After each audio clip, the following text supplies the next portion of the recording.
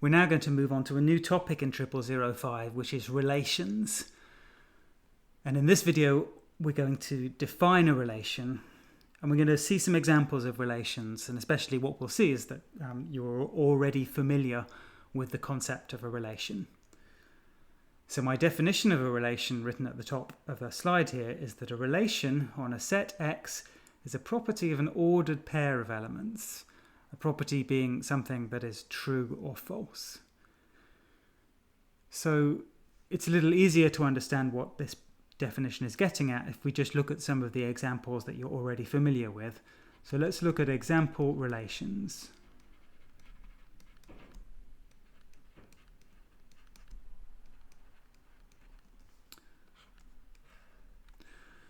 So first of all, less than or equal to is a relation on the set of real numbers.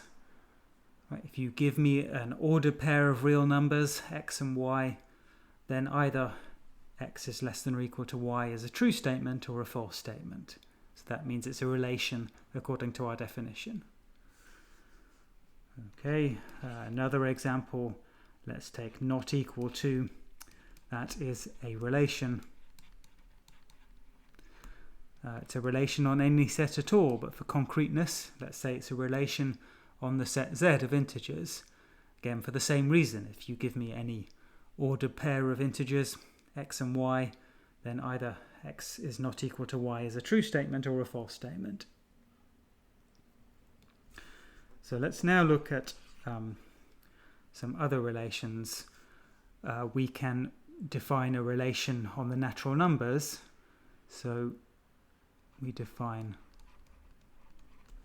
x is related to y if and only if x minus y is an even number, so divisible by 2.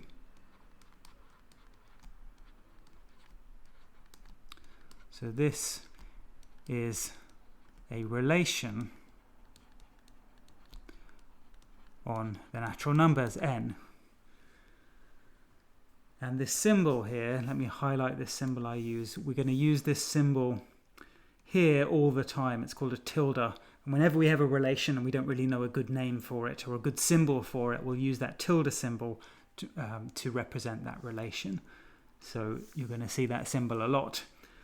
And lastly, I want to give an example of a slightly silly relation. So on any set X, there is an empty relation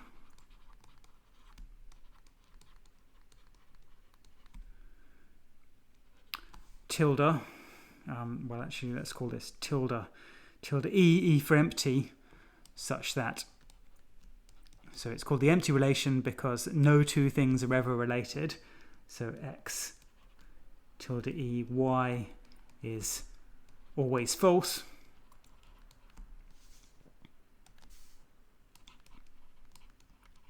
And there's a universal relation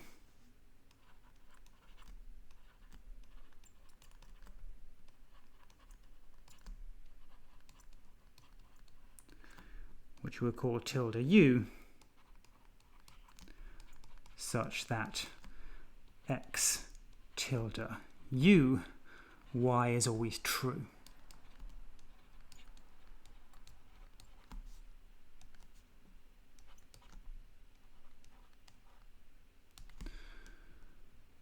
Okay, so that's what a relation is.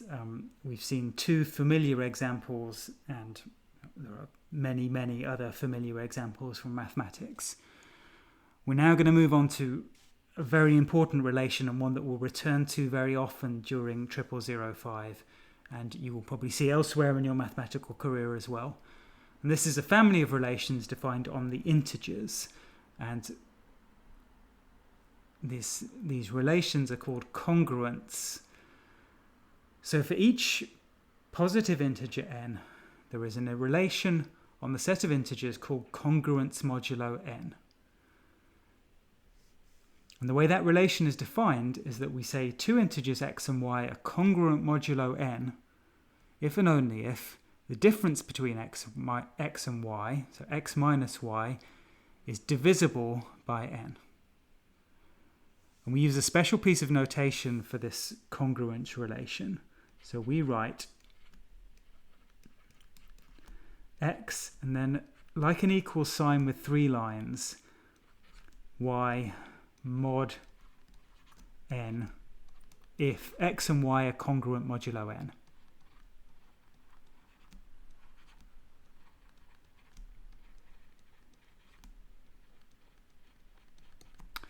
So I'll actually write mod as short for modulo a lot of the time.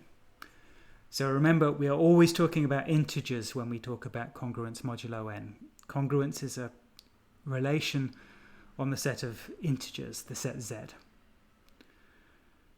So let's see some examples. Since this congruence relation is going to be so important to us, let's see some examples of congruence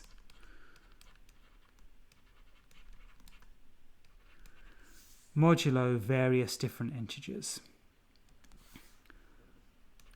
So first of all, let's take the numbers 3 and minus 7. So 3 and minus 7 mod 2. Is that true or is that false? Pause the video and think. I hope you did it. This is true, right? This is true. The reason is that if you take 3 minus 7, then that is what? That's the same as 3 plus 7. That's 10. Is divisible by 2. It is a multiple of 2. So 3 is congruent to minus 7 modulo 2. They are related by congruence modulo 2. Okay. Another one. 3 is not congruent to 8 mod 2. I'll tell you that one for free. Right. This is false. And when two things are not congruent, we often write it with the congruence symbol, this triple equal sign crossed out like this. And the reason that this is that 3 is not congruent to 8 modulo 2 is because if you take 3 minus 8, well, you get minus 5 is, and that is not divisible by 2.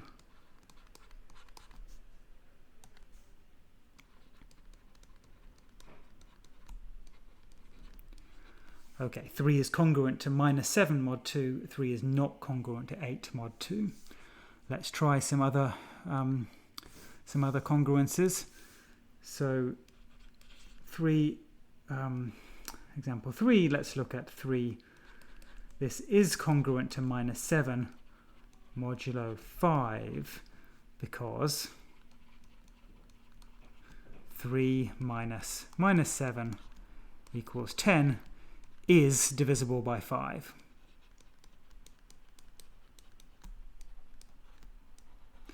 On the other hand, 12 is not, let's draw that a bit more carefully, 12 is not congruent to 3 mod 5 because 12 minus 3, which is 9, is not divisible by 5.